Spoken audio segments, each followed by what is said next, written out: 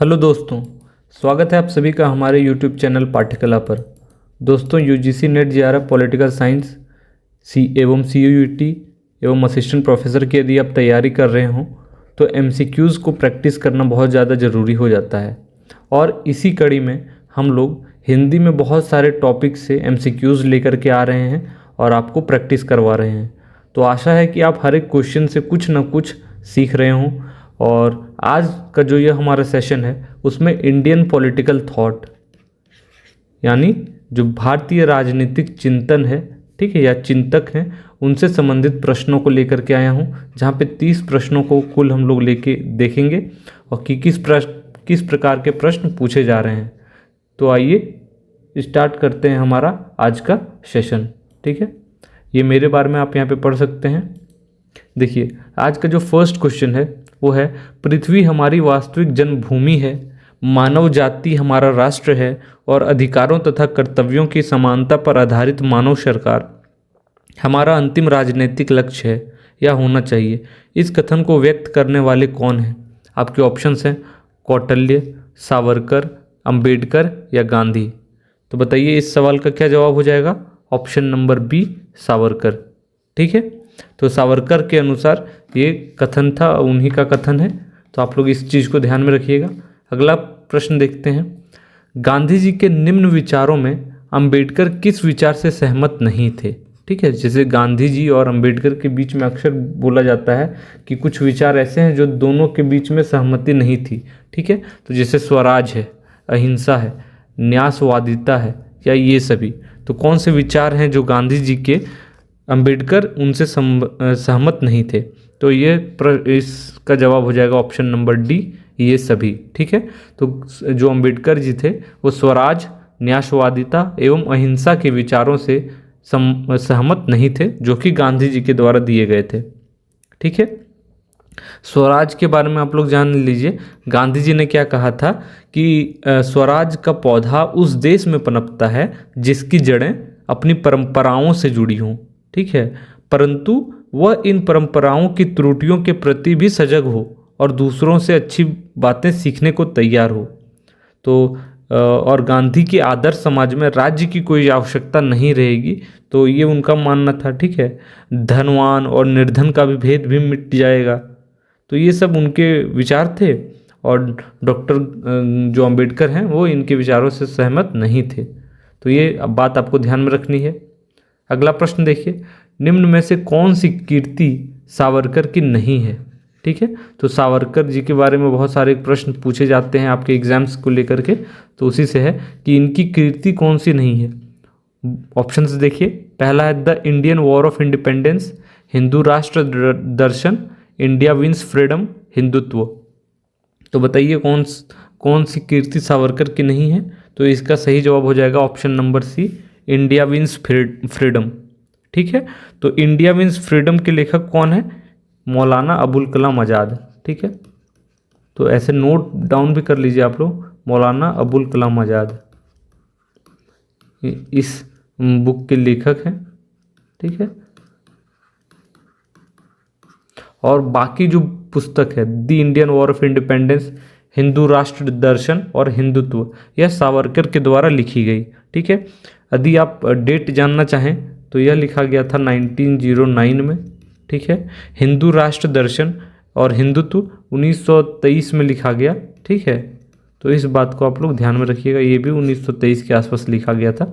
Publishing year को भी match करने के लिए पूछा जाता है। अगला प्रश्न देखते हैं, निम्नलिखित में से कौन गांधी दर्शन से संबंधित है? न्यासिता, नई तालीम, हिजरत या सर्वोदय। ठीक है, तो बताइए इस प्रश्न का सही जवाब क्या हो जाएगा? ऑप्शन से यहाँ पे देख सकते हैं आप लोग। तो इस प्रश्न का सही जवाब हो जाएगा आपका ऑप्शन नंबर डी। ठीक है, चारों। ठीक है, तो गांधी दर्शन से संबंधित न्यासिता है, नई तालीम है, हिजरत है और सर्वोदय है, चारों। ठीक है, और गांधी जी के अनुसार सर्वोदय उस विचारधारा की ओर संकेत करता है जो सत्य और अहिंसा पे आधारित हो। ठीक है, तो सर्वोदय के बारे में ये बात ध्यान में रखनी है। और उनका ये भी कहना था कि समाज में किसी के प्रति बैर ना हो, यह वर्ग सहयोग पर आधारित हो।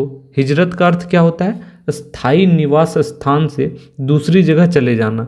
ठीक है, सपोज कोई एक जगह पे यहाँ पे स्थायी रूप से रह रहा है तो दूसरी जगह चला जाना, इसको हिजरत कहते हैं। ठीक है, गांधी जी ने उन व्यक्तियों को जो आतंकपूर्ण स्थान पर रह रहे थे उन्हें दूसरी जगह चले जाने की सलाह दी थी। ठीक है, तो ये भी बात आपको हिजरत से संबंधित पता होना चाहिए। अगला क्वेश्चन देखते हैं हम लोग।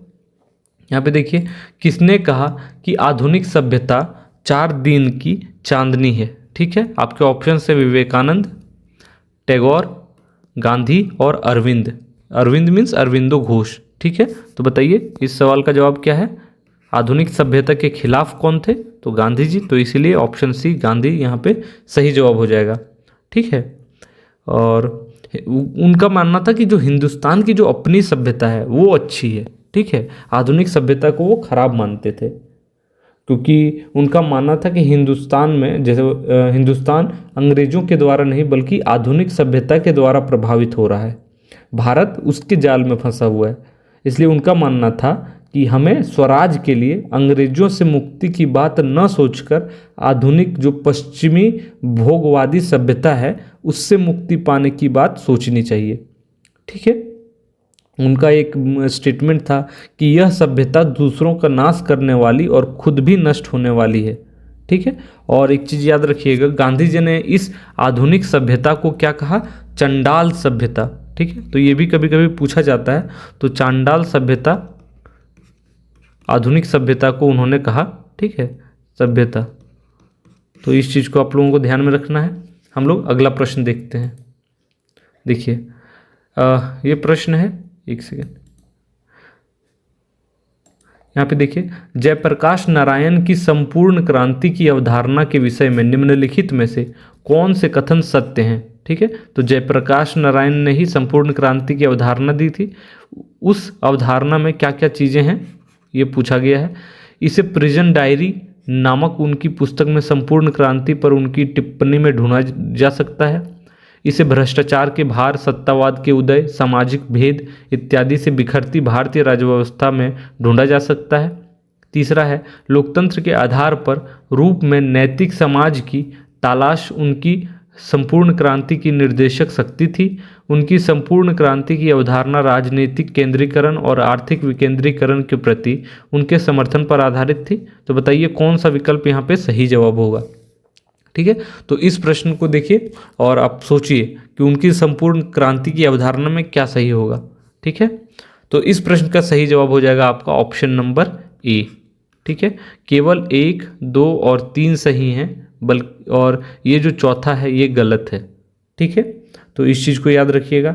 और जयप्रकाश नारायण जी के बारे में यदि आप जानना चाहें, ठीक है, तो जो उनका एक फेमस था 5 जून 1974। ठीक है, इस दिन को पटना के गांधी मैदान से तात्कालिक इंदिरा गांधी सरकार की अस्वीकार्य नीतियों, ठीक है, या सर्वसत्तावाद के खिलाफ संपूर्ण क्रांति का आह्वान उन्होंने किया था। ठीक है, तो इस डेट को उन्होंने किया था। यह भी डेट आप लोग लिख लीजिए कहीं पे, तो वो याद रखिएगा। और जो उनकी पुस्तक थी प्रिजन डायरी, ठीक है, तो ये भी लिख लीजिए क्योंकि पूछा जा सकता है प्रिजन डायरी किनकी थी।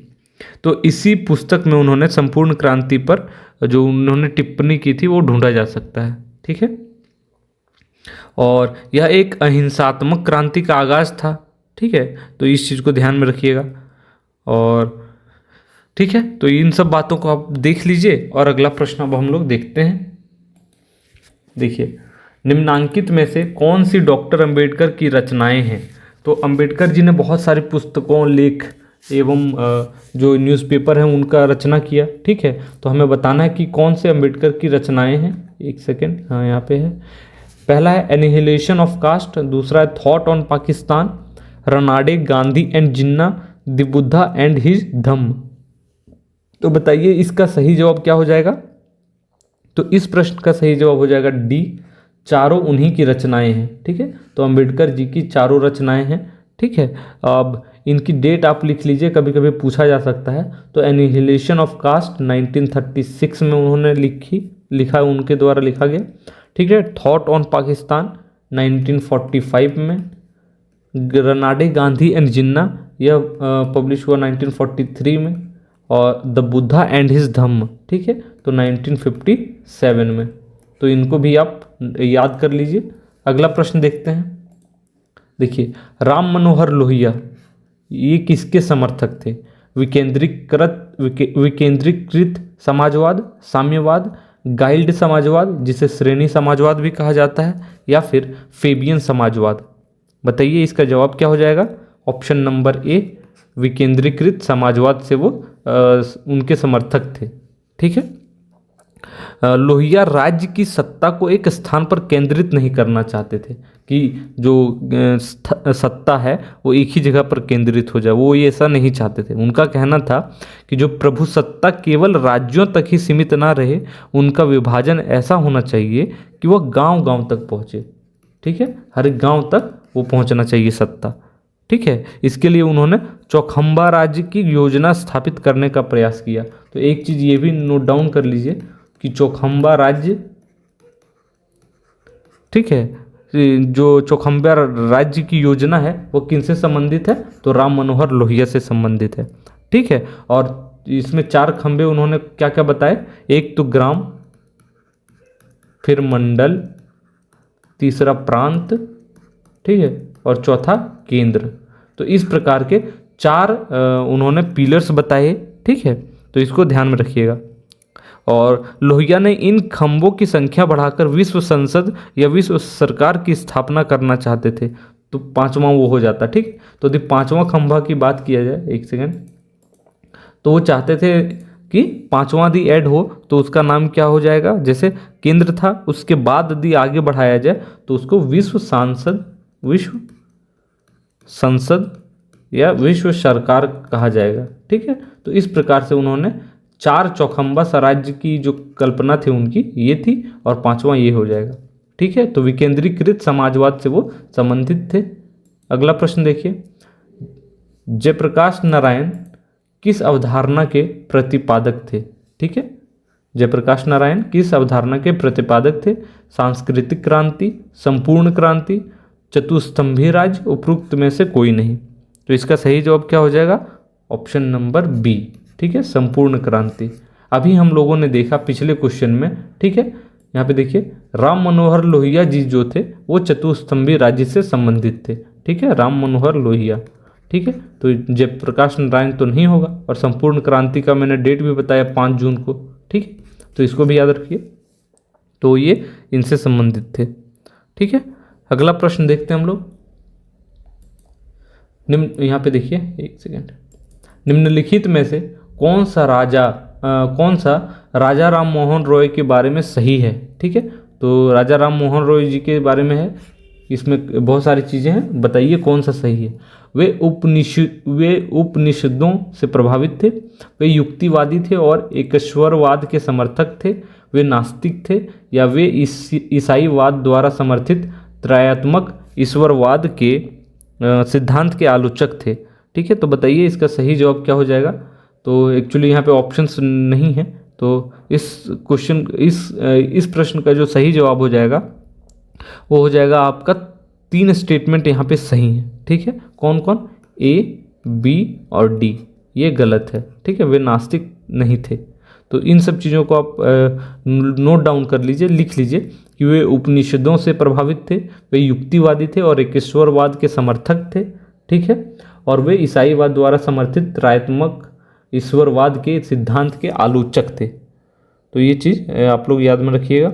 ठीक है, और राम मनोहर रॉय नास्तिकता को प्रोत्साहन नहीं देकर विश्वास के स्थान पर विवेकी सृजन के समर्थक थे। ठीक है, तो विवेकी सृजन के समर्थक थे, ये उनके बारे में एक बात कही जाती है, तो इसको ध्यान में आपको रखना है। ठीक है, और राम मनोहर रॉय ने बहुदेववाद का खंडन करते हुए एकेश्वरवाद का समर्थन किया था।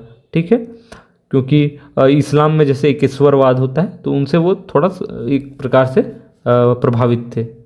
ठीक, तो अगला प्रश्न देखते हैं हम लोग। यहाँ पे देखिए, श्री अरविंदो राष्ट्रवाद को किस रूप में मानते हैं?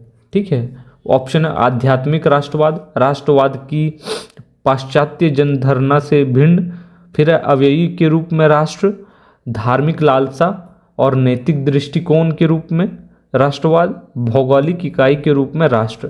तो हमको बताना है कि इस प्रश्न का सही जवाब क्या हो जाएगा, option A, B, C, D. ठीक है, तो बताइए। इस प्रश्न का सही जवाब है ऑप्शन नंबर ए, जहाँ पे तीनों स्टेटमेंट सही हैं, ये गलत है। ठीक है, तो श्री अरबिंदो ने आध्यात्मिक राष्ट्रवाद की अवधारणा दी, ये भी पूछा जा सकता है, तो इसको आप लोग लिख लीजिए कि अरबिंदो के द्वारा आध्यात्मिक राष्ट्रवाद की अवधारणा दी गई।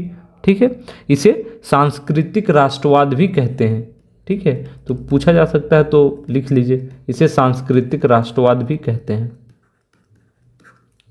ठीक है, और इसमें राष्ट्रवाद को धर्म व अध्यात्म से जोड़ा गया। ठीक है ना, और उनके अनुसार राष्ट्रवाद एक धर्म है और भारत में एक देवी है जो अंग्रेजों द्वारा शोषित व ग्रसित है। ठीक है, तो इस बात को आप लोग को ध्यान में रखना है। ठीक है, और ऐसा कहा जाता है कि अरबिंदो ने राष्ट्रवाद को निम्न रूप में माना है। एक तो हो गया आध्यात्मिक राष्ट्रवाद और दूसरा धार्मिक लालसा, ठीक है, नैतिक दृष्टिकोण, अवेयी के रूप में राष्ट्र। तो देखते हैं अगला प्रश्न। यहाँ पे देखिए, नीचे दो कथन दिए गए हैं। ठीक है, असर्शन और रीजन का प्रश्न है। यहाँ पे एक कथन है, बी आर अम्बेडकर वर्तमान संघीय ढांचे के आलोचक थे। दूसरा है, अम्बेडकर के अनुसार स्थानीय स्वशासन के पास वास्तव में न तो विधायी शक्तियाँ हैं और ना ही कार्यकारी शक्तियाँ। तो बताइए इस प्रश्न का सही जवाब क्या हो जाएगा? क्या ए और आर दोनों सही हैं, एक सही है, क्या है? तो इस प्रश्न का सही जवाब क्या हो जाएगा? आप लोग एक बार पॉज करिए और फिर सोचने की कोशिश कीजिए। ठीक है, तो इस क्वेश्चन का जो सही जवाब है वो हो जाएगा आपका ऑप्शन नंबर सी। ठीक है, जहाँ पे ए और आर सत्य हैं और आर ए की सही व्याख्या है। ठीक है, तो अंबेडकर जी के बारे में ये बातें आपको ध्यान में रखनी चाहिए। ठीक है, और अंबेडकर भारतीय राज्य की एकता और सुरक्षा को ध्यान में रखते हुए सुदृढ़ केंद्र के पक्षधर थे। ठीक है, उनका मानना था कि संविधान संघात्मक है, यह एक द्वैध शासन की स्थापना करता है। केंद्र में संघ सरकार है तथा उसके चारों ओर परिधि में राज्य सरकार है। ठीक है, तो यहाँ पे जैसे ये केंद्र में है तो यहाँ पे केंद्र सरकार होगी और जो उसकी परिधि है उसमें कौन होगी? राज्य सरकार। ठीक है, तो ये बात है। और अंबेडकर ने यही बात जो कही थी कि स्थानीय स्वशासन के पास वास्तव में ना तो विधायी शक्तियाँ हैं और ना ही कार्यकारी शक्तियाँ। ठीक है, तो अगला प्रश्न हम लोग देखते हैं। ये थोड़ा धुंधला आपको दिख रहा होगा, मैं पढ़ देता हूँ। ठीक है, ये इंपॉर्टेंट क्वेश्चन है इसीलिए मैं इसको दे दिया। तो आप देखिए, बी आर अम्बेडकर द्वारा लिखित निम्नलिखित पुस्तकों को उनके आरोही क्रम में व्यवस्थित कीजिए। ठीक है, तो बी आर अम्बेडकर ने जो अलग अलग पुस्तक लिखा गया उनके द्वारा, उनको आपको अरेंज करना है। ठीक है, तो इसीलिए क्योंकि पब्लिशिंग ईयर पूछा जाता है, जैसे गांधी एंड गांधीज्म, तो उनके बुक का नाम पता चल गया, the problem of the rupee. ठीक है, उनकी जो पीएचडी की थीसिस थी उन्हीं की पुस्तक है ये। Its origin and its solution, the Buddha and his Dhamma, और फिर the rise and fall of Hindu women. ठीक है, तो ये चारों पुस्तक अंबेडकर से संबंधित है, इसको लिख लीजिए अलग से। और कब कब पब्लिश हुआ ये जानना जरूरी है। ठीक है, तो इस प्रश्न का सही जवाब हो जाएगा ऑप्शन नंबर बी। मैं लिख देता हूँ, जैसे द प्रॉब्लम ऑफ ये वाला the problem of the rupee, ये 1923 में पब्लिश हुआ। ठीक है, the rise and fall of Hindu women, ये पब्लिश हुआ 1955 में। ठीक, और द बुद्ध एंड हिज धम्म, ये पब्लिश हुआ था 1957 में। ठीक है, और इसका आप लोग देख लीजिएगा, मुझे 3 याद आ रहे हैं। तो अगला प्रश्न हम लोग देखते हैं। देखिए, निम्नलिखित में से कौन पंडित दीनदयाल उपाध्याय के राजनीतिक दर्शन का भाग नहीं है? ठीक है, तो बताइए पंडित दीनदयाल उपाध्याय के राजनीतिक दर्शन का भाग कौन नहीं है? अणु के रूप में मनुष्य का विचार करना, सांस्कृतिक राष्ट्रवाद, लोकतांत्रिक शासन या एकीकृत मानववाद। तो इस प्रश्न का सही जवाब हो जाएगा क्या? ऑप्शन नंबर ए, अणु के रूप में मनुष्य का विचार करना। ठीक है, पंडित दीनदयाल उपाध्याय के राजनीतिक दर्शन के बहुत सारे भाग थे, उनमें कौन कौन चीज़ें हैं? एक तो सांस्कृतिक राष्ट्रवाद, लोकतांत्रिक शासन, ठीक है, और एकीकृत मानववाद। सांस्कृतिक राष्ट्रवाद क्या है? सांस्कृतिक राष्ट्र का तात्पर्य है एकात्मक राज्य। ठीक है, तो सांस्कृतिक राष्ट्रवाद का मतलब है एकात्मक राज्य। इस चीज़ को आपको ध्यान में रखना है। ठीक है, और इसमें कहा जाता है कि एकात्मक राज्य का मतलब होता है सभी संस्कृतियाँ, ठीक है, मतों व पहचान का अस्तित्व स्वतंत्र रूप से बना रहे, पर जो विविधताएं हैं उसके बावजूद इन सब में अपने उज्जवल इतिहास, कला, साहित्य व दर्शन के प्रति सम्मान का भाव भी हो। ठीक है, और आप लोकतांत्रिक शासन के बारे में जानते तो हैं ही। फिर एकात्मक मानववाद के बारे में क्या जानते हैं, देखिए। तो एकात्मक मानववाद उनके अनुसार मानव केवल भौतिक इकाई नहीं है, ठीक है, बल्कि आध्यात्मिक अवयव भी है। तो उन्होंने मानव को सिर्फ भौतिक के रूप में नहीं देखा, बल्कि आध्यात्मिक अवयव के रूप में भी देखा। ठीक है, वह केवल शरीर नहीं बल्कि शरीर, मन, बुद्धि व आत्मा सभी का एक संयुक्त रूप है। ठीक है, और संपूर्ण ब्रह्मांड, जो पूरा ब्रह्मांड है, संपूर्ण ब्रह्मांड, ठीक है, वो क्या है, एक इकाई है, जड़ है। वह चेतन तत्व परस्पर विरोधी नहीं बल्कि पूरक है। ठीक है, तो वही है कि इन सब कंसेप्ट को आप लोगों ने डिटेल से पहले भी पढ़ा होगा। ठीक है, तो ये बस ध्यान में रखिएगा। अगला प्रश्न देखते हैं। निम्न में से किस भारतीय ने तीनों गोलमेज सम्मेलनों में भाग लिया था? ठीक है, तो बताइए, जो राउंड टेबल कॉन्फ्रेंस हुई थी, ठीक है, राउंड टेबल कॉन्फ्रेंस, ठीक है ना, उनमें किन किन लोगों ने पार्टिसिपेट किया था? तो महात्मा गांधी, JL नेहरू, BR अम्बेडकर, मदन मोहन मालवीय। तो तीनों में पार्टिसिपेट करने वाले कौन थे? BR अम्बेडकर। ठीक है, तो इन्होंने तीनों गोलमेज सम्मेलनों में भाग लिया था। कब कब हुआ था गोलमेज सम्मेलन, आपको याद है? पहला जो हुआ था, ठीक है, प्रथम, द्वितीय व तृतीय। तो तीनों गोलमेज सम्मेलनों का डेट आपको पता होना चाहिए। तो एक चीज़ ये इस तरीके से याद रखते हैं, नीड सम नोट्स, ठीक है, इस तरीके से। तो NSN याद रखिएगा, ठीक है, नवंबर, सितंबर और नवंबर के आसपास। ठीक है, तो यहाँ पे नवंबर लिख दीजिए, सितंबर लिख दीजिए और फिर नवंबर लिख दीजिए। अब डेट लिख दीजिए, कब हुआ था? ये 1931 में, ठीक है, ये भी 31 में और ये 32 में। ठीक, तो इस प्रकार से आप लोग याद रख सकते हैं।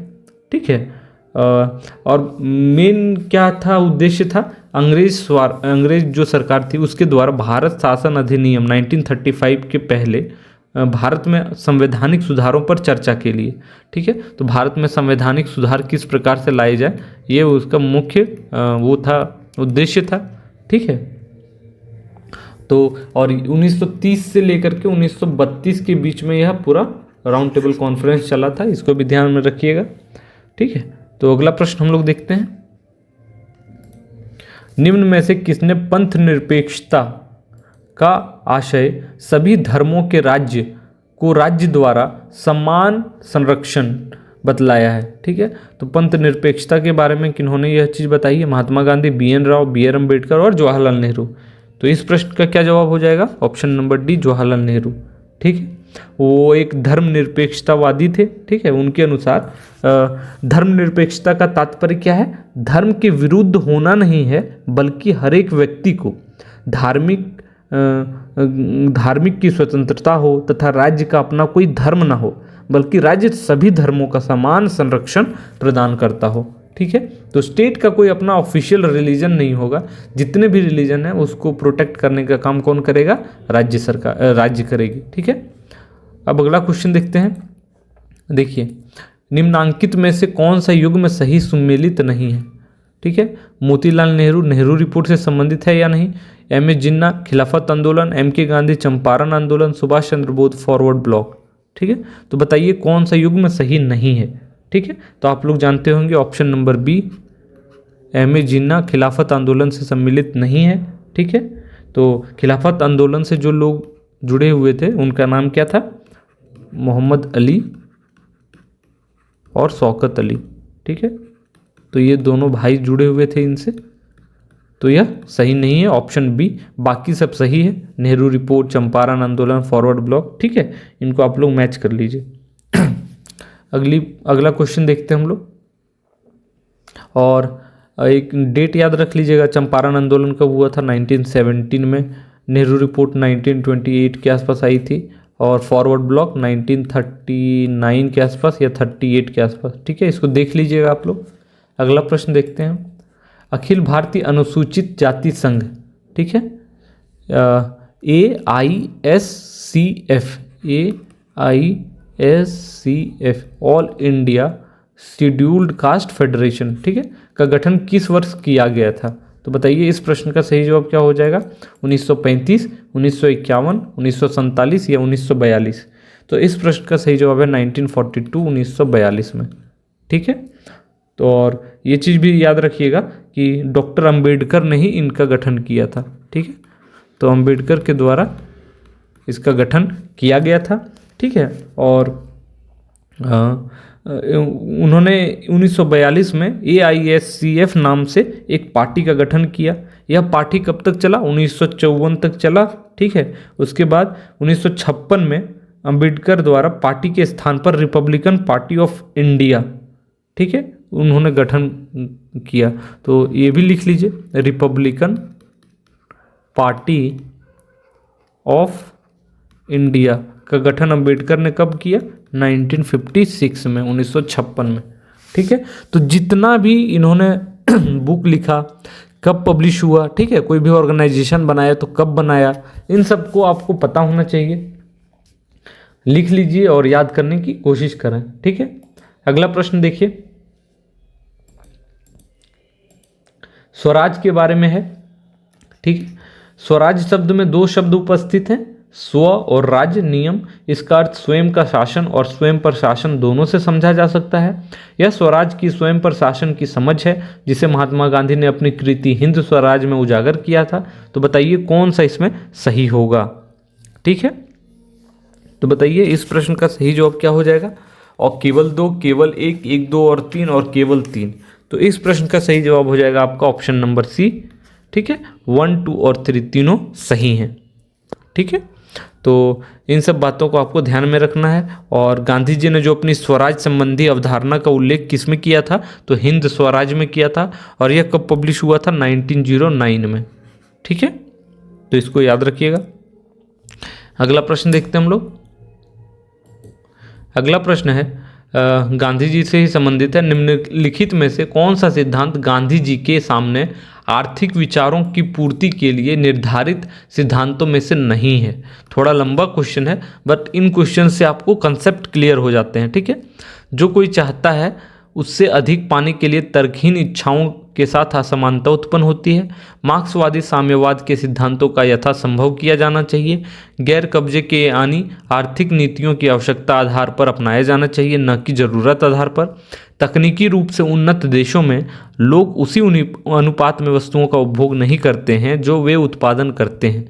श्रम गहन प्रौद्योगिकियों को पूंजी गहन वाले लोगों के लिए प्राथमिकता दी जानी चाहिए। तो बताइए इनमें से कौन सा सिद्धांत गांधी जी के जो आर्थिक विचारों की पूर्ति के लिए थे वो उनमें से नहीं है? तो इस प्रश्न का सही जवाब ऑप्शन नंबर बी हो जाएगा। आप लोग बस इसको ध्यान में रखिएगा, ठीक है। उनका जो मेन क्या था, वो किसके समर्थक थे?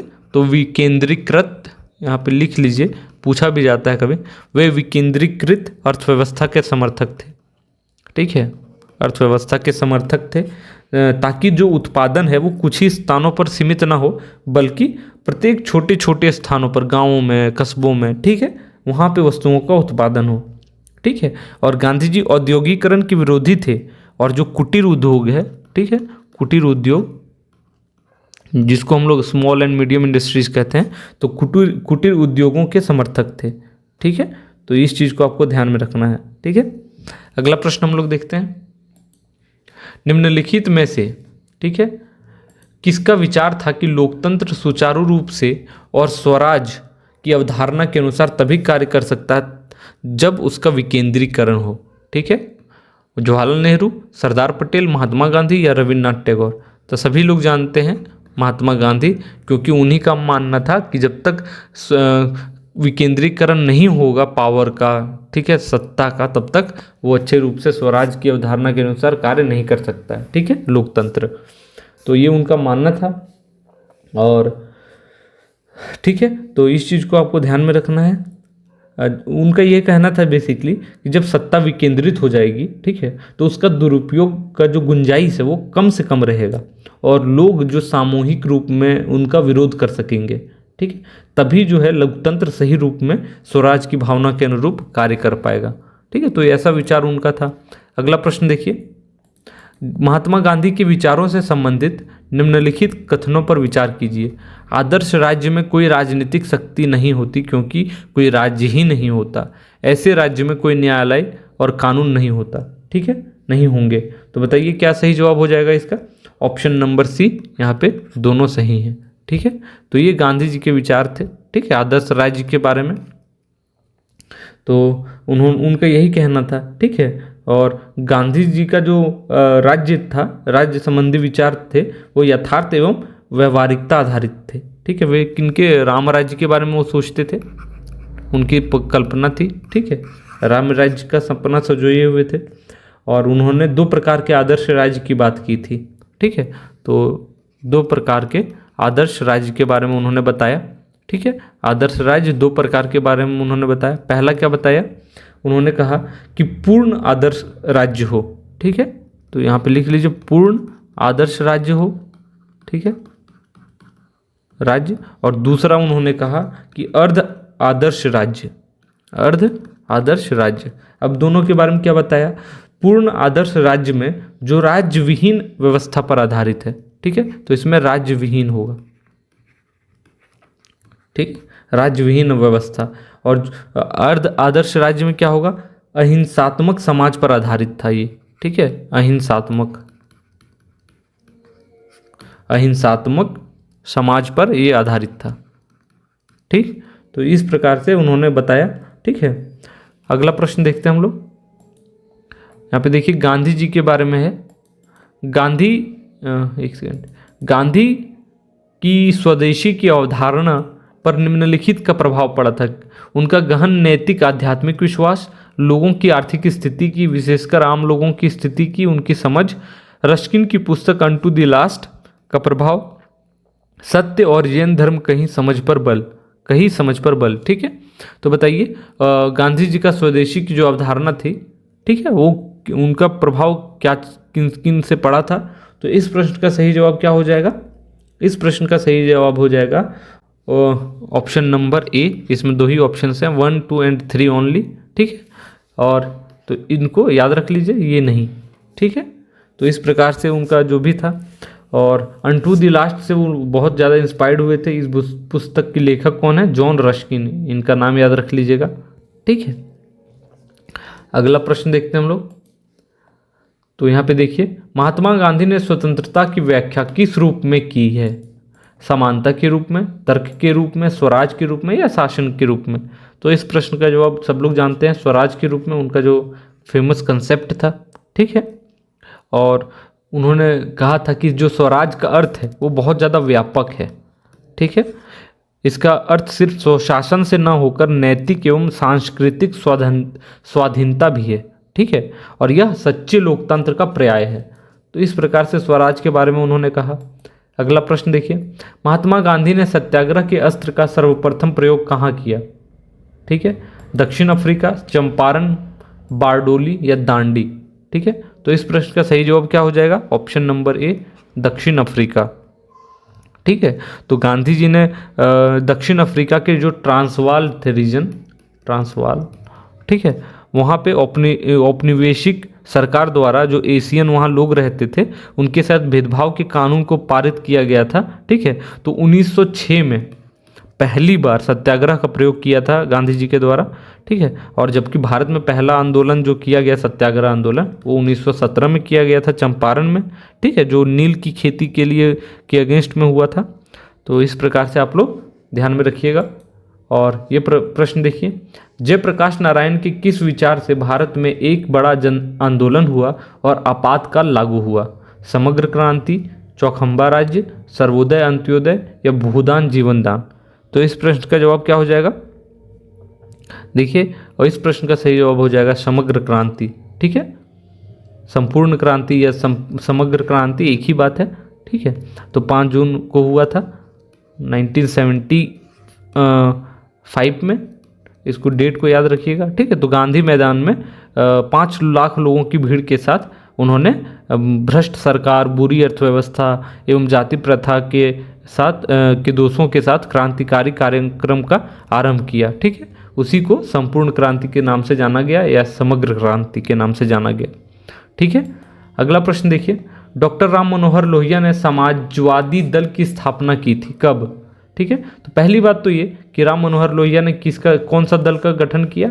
सामाजिक दल का। कब? 1955, 48, 52 या 51 में? तो इस प्रश्न का सही जवाब है ऑप्शन नंबर ए, 1955 में, ठीक है। तो उन्होंने समाजवादी दल की स्थापना की। राम मनोहर लोहिया का यदि आप लोग टाइमलाइन याद करना चाहें तो 1910 से 68 तक इनका जीवन था, ठीक है। और लोहिया ने भारत के स्वाधीनता आंदोलन और समाजवादी आंदोलन में बहुत भूमिका निभाई थी, ठीक है। उन्होंने गांधीवादी विचारों को भी अपनाया, ठीक है। तो अगला प्रश्न देखते हैं हम लोग, वैज्ञानिक मानववाद की अवधारणा का संबंध है, ठीक है। तो वैज्ञानिक मानववाद, ठीक है, इनकी इस अवधारणा का संबंध किनसे है? तो option number B, M N Roy, ठीक है। इस चीज़ को आपको ध्यान में रखना है, ठीक है। और इनकी मान्यता क्या है कि जो मनुष्य है वो प्रकृति के विकास का फल है, उनका यही कहना था। और जो कहा जाता है कि जो ईश्वरीय पाप पुण्य की अवधारणा है उसको नकारता है, ठीक है। और सही मतलब अर्थों में वैज्ञानिक मानववाद के प्रणेता जवाहरलाल नेहरू को माना जाता है, ठीक है। वैज्ञानिक मानववाद यदि भारत में बात की जाए तो जवाहरलाल नेहरू को माना जाता है, ठीक है। लेकिन जनरली यहाँ पे एम एन रॉय के बारे में ही कहा जाता है। तो बस दोनों चीज़ें हैं, यदि किसी ऑप्शन में जवाहरलाल नेहरू नहीं रहे तो एम एन रॉय को आप लोग टिक करिएगा, ठीक है।